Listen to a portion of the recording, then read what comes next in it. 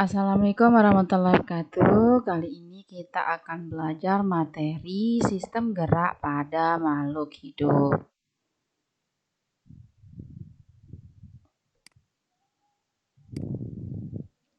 Nah, sistem gerak pada makhluk hidup ini terbagi menjadi dua.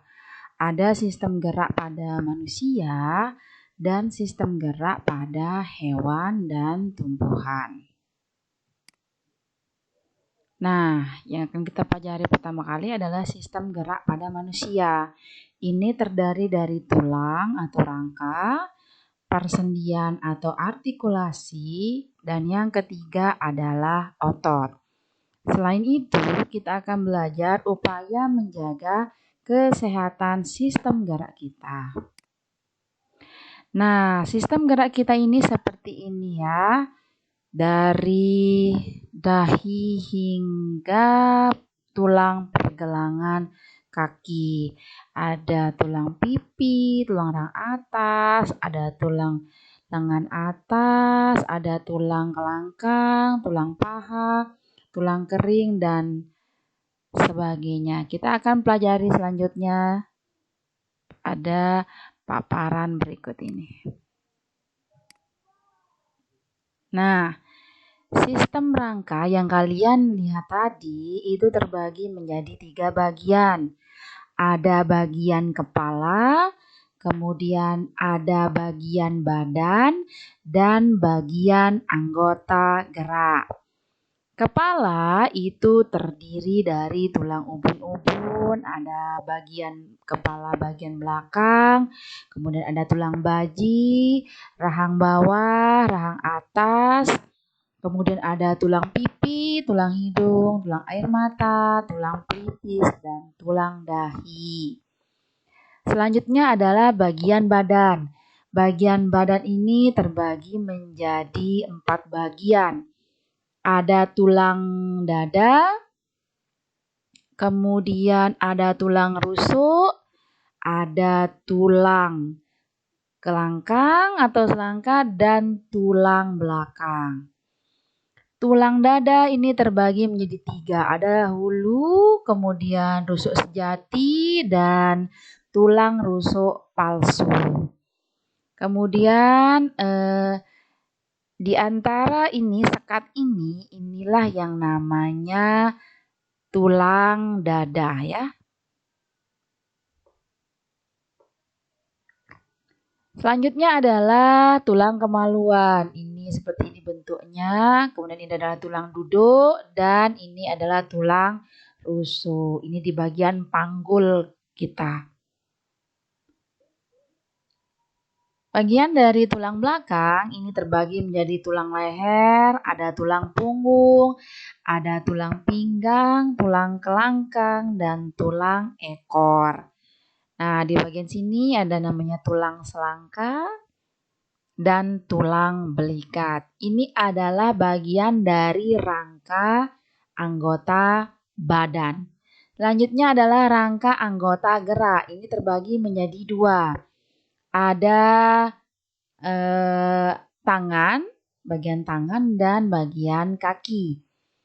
Bagian tangan ini terdiri dari tulang hasta, tulang pengumpil, kemudian tulang pergelangan tangan, tulang telapak tangan, dan tulang jari tangan. Sedangkan untuk anggota gerak bagian kaki ini terbagi menjadi tulang paha, tulang tempurung lutut, ada tulang kering, tulang betis, tulang pergelangan kaki, tulang telapak kaki, dan tulang jari kaki. Nah, tadi kalian sudah simak rangka itu terbagi menjadi 3 bagian.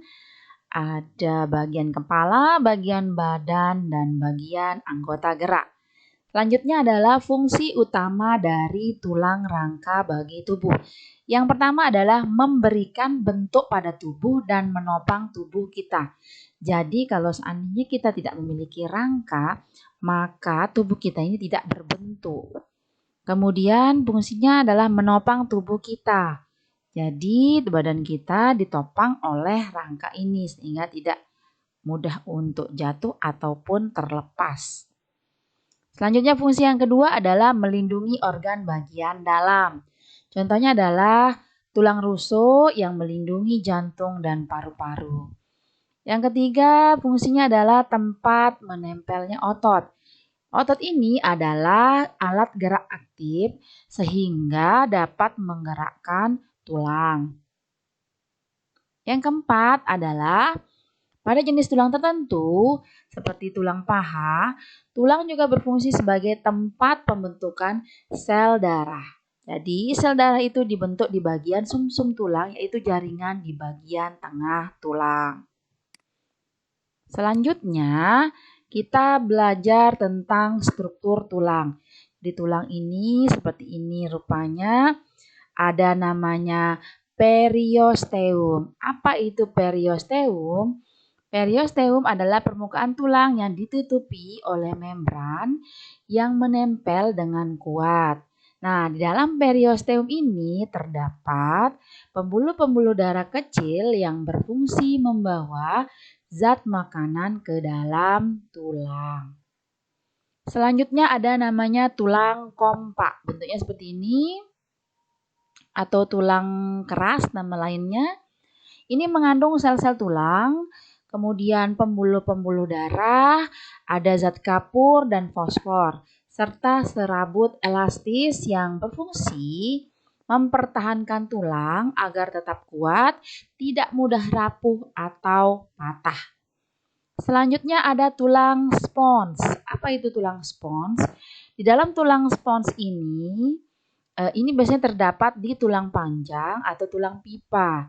Jadi dia seperti saluran yang berisi jaringan lemak yang disebut dengan sumsum. Nah, di dalam tulang spons ini ya, terdapat jaringan lemak yang disebut dengan sumsum.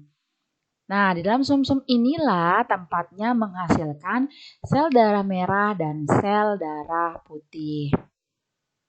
Nah, tadi ada periosteum, kemudian sumsum tulang, ada tulang kompak dan tulang spons.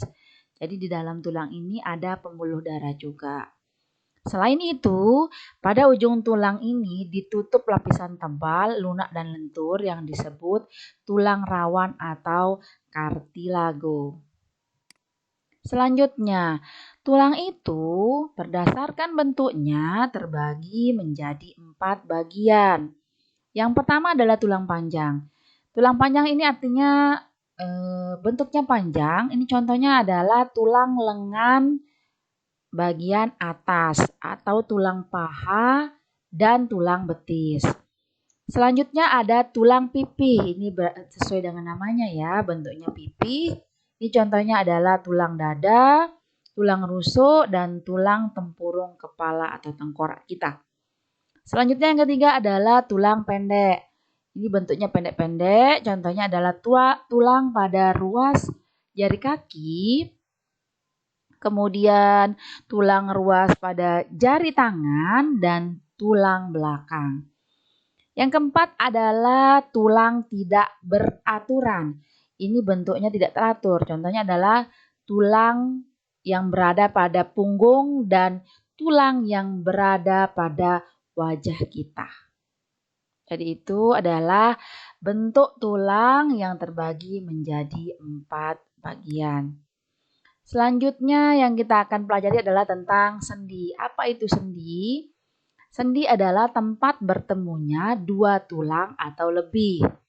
Nah, berdasarkan hal ini, sendi itu terbagi menjadi 3 bagian. Ada sinartrosis, yaitu sendi yang tidak dapat digerakkan sama sekali. Ini contohnya sendi pada tulang tengkorak. Kalau pada sendi ini misalnya dia bisa bergerak, maka leher atau tengkorak kita bisa saja terlepas ya, walau bisawab. Jangan sampai seperti itu. Kemudian yang kedua adalah amfiartrosis. Amfiartrosis adalah sendi yang dapat digerakkan namun terbatas. Contohnya adalah sendi antar ruas tulang belakang. Selanjutnya adalah yang ketiga adalah diartrosis. Diartrosis ini adalah sendi yang dapat digerakkan dengan bebas. Nah, diartrosis ini terbagi menjadi 5 bagian. ada sendi peluru. Ada sendi engsel, sendi putar, sendi pelana, dan sendi geser. Sendi peluru adalah sendi yang dapat membentuk gerakan yang sangat bebas. Contohnya adalah sendi antara tulang lengan atas dan tulang belikat. Contohnya selanjutnya adalah sendi antara tulang pinggul dan tulang paha. Yang kedua adalah sendi engsel. Sendi engsel adalah sendi yang memungkinkan gerakan satu arah saja, yaitu ke depan atau ke belakang saja. Contohnya sendi pada siku dan sendi pada lutut. Yang ketiga, sendi putar. Sendi putar ini adalah sendi yang berfungsi sebagai poros dan ujung tulang lainnya berbentuk cincin yang dapat berputar pada poros tersebut. Contohnya adalah sendi antara tulang tengkorak dan tulang leher. Selanjutnya yang keempat adalah sendi pelana. Sendi pelana adalah sendi antara pertemuan dua tulang yang berbentuk seperti pelana. Contohnya sendi pada pangkal ibu jari. Kemudian yang kelima adalah sendi geser. Sendi geser ini sendi yang menghubungkan antara dua tulang yang memiliki permukaan yang datar. Contohnya tulang pada pergelangan tangan. Jadi ingat ya, sendi adalah tempat bertemunya dua tulang atau lebih. Sinartrosis, sendi yang tidak dapat digerakkan sama sekali. Amfiartrosis adalah sendi yang dapat digerakkan namun terbatas. Diartrosis adalah sendi yang dapat digerakkan secara bebas. Selanjutnya kita akan belajar tentang otot. Apa itu otot? Otot adalah penggerak bagian-bagian tubuh. Terbagi menjadi 3 bagian. Ada otot polos, otot lurik, dan otot jantung. Jadi ketiga otot ini memiliki perbedaan. Dari bentuk sel, otot polos itu bentuknya gelendong dengan ujung runcing, sedangkan jantung memanjang, silindris, serabut bercabang. Kemudian lurik memanjang, silindris, dan serabut ujungnya tumpul. Inti selnya bagaimana? Di otot polos, inti sel terletak di tengah. Kemudian otot jantung itu terletak di tengah juga, namun inti selnya banyak. Sedangkan otot polos, inti selnya hanya satu. Otot lurik memiliki inti sel banyak dan terletak di tepi. Bagaimana dengan sitoplasmanya? Sitoplasmanya tanpa garis melintang yang jelas untuk otot polos, sedangkan otot jantung, sitoplasmanya dengan garis melintang yang jelas sama dengan otot lurik. Bagaimana cara kerjanya otot polos? Ini bekerja secara involunter atau di luar kehendak kita. Sama juga dengan otot jantung. Sedangkan otot lurik itu bekerja sesuai kehendak kita. Bagaimana kecepatan kontraksinya? Kalau otot polos itu lambat, kalau otot jantung ini bersifat kuat dan berirama, sedangkan lurik bersifat cepat. Bagaimana dengan kemampuan kontraksi? Kalau untuk polos, ini mampu berkontraksi dalam waktu yang lama dan tidak mudah lelah. Kalau jantung, sama. Nah, otot lurik yang agak berbeda, tidak mampu berkontraksi dalam waktu yang lama, sehingga mudah lelah.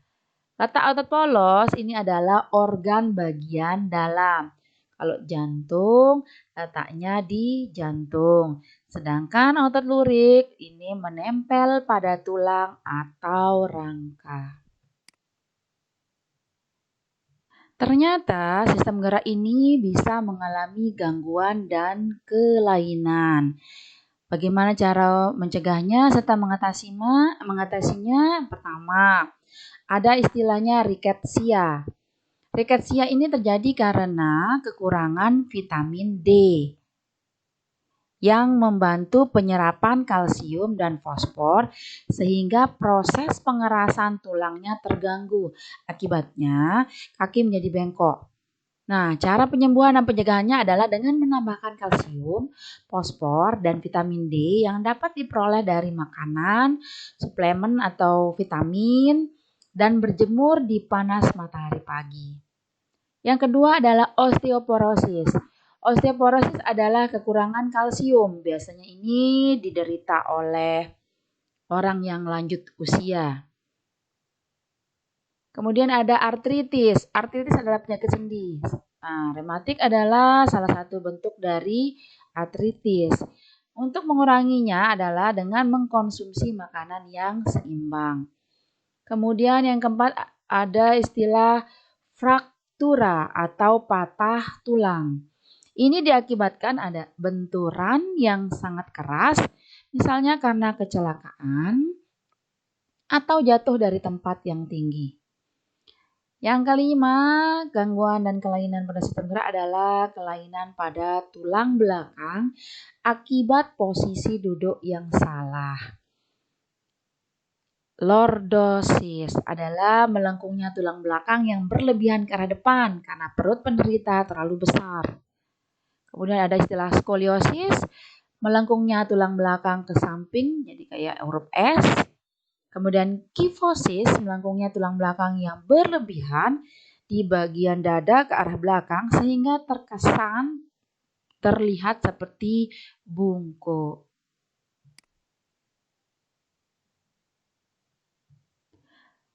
Bagaimana upaya menjaga kesehatan sistem gerak pada manusia? Hal di bawah ini yang akan kita minimal lakukan. Pertama, berjemur di bawah sinar matahari pada pagi hari. Kemudian meningkatkan konsumsi makanan yang banyak mengandung kalsium dan vitamin D. Kemudian menghindari kebiasaan duduk yang salah. Jadi pada saat duduk sebaiknya dalam posisi tegak, tidak membungkuk. Olahraga yang teratur dan memperhatikan aktivitas fisik yang cukup setiap harinya. Nah, sekarang kita berlanjut ke sistem gerak pada hewan dan tumbuhan. Sistem gerak pada hewan ini terbagi menjadi ada gerak hewan dalam air, kemudian gerak hewan di udara, dan gerak hewan di darat. Di dalam air cenderung hewan air itu bentuk tubuhnya adalah torpedo atau streamline. Ini fungsinya memungkinkan tubuhnya itu meliuk dari sisi ke sisi dan mengurangi hambatan ketika bergerak di dalam air. Bagaimana dengan gerak hewan di udara? Biasanya sayap burung ini tersusun atas kerangka yang kuat dan ringan serta otot yang kuat. Sayap burung memiliki bentuk yang melengkung sehingga udara yang mengalir pada bagian atas sayap lebih cepat daripada bagian bawahnya. Hal ini akan menghasilkan gaya angkat dan gaya dorong yang efektif untuk pergerakan burung. Sedangkan untuk gerak hewan di darat, ini biasanya karena memiliki otot dan tulang yang kuat, maka pergerakannya akan cepat. Selanjutnya adalah sistem gerak pada tumbuhan. Ada istilah gerak endonom. Gerak endonom yaitu gerak yang terjadi akibat rangsangan yang berasal dari dalam sel atau tubuh tumbuhan.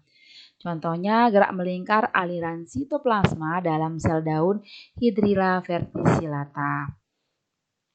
Yang kedua adalah gerak higroskopis, yaitu gerak bagian pada tumbuhan yang diakibatkan oleh pengaruh perubahan kadar air dari sel-sel sehingga terjadi pengerutan yang tidak sama. Contoh dari gerak ini adalah membukanya sel anulus pada sporangium tumbuhan paku. Selanjutnya adalah gerak esionom. Gerak esionom ini merupakan gerak tumbuhan yang disebabkan oleh adanya rangsangan dari luar tumbuhan atau lingkungan sekitarnya. Gerak esionom ini terbagi menjadi 3. Ada tropisme, kemudian ada taksis, dan ada istilahnya nasti. Tropisme adalah gerak tumbuhan yang dipengaruhi oleh arah datangnya rangsangan dari luar. Nah, Jika mendekati arah datangnya rangsang, itu disebut tropisme positif. Kalau menjauhi disebut tropisme negatif. Berdasarkan arah gerak tumbuhannya ini, tropisme dibedakan menjadi 5 macam, yaitu fototropisme, geotropisme, kemudian hidrotropisme, ada tikmotropisme, dan kemotropisme. Fototropisme berarti dipengaruhi oleh rangsang cahaya. Kalau geotropisme sesuai dengan namanya ya, berarti dipengaruhi oleh gravitasi bumi. Kalau dia searah dengan gravitasi bumi atau ke bawah, maka disebut dengan geotropisme positif. Jika dia berlawanan arah dengan gravitasi bumi, maka disebut geotropisme negatif. Hidrotropisme berarti dipengaruhi oleh rangsangan air. Kemudian ada tikmotropisme, ini gerak melilitnya seluruh tumbuhan pada tempat rambatannya. Contohnya tumbuhan kacang panjang dan pare.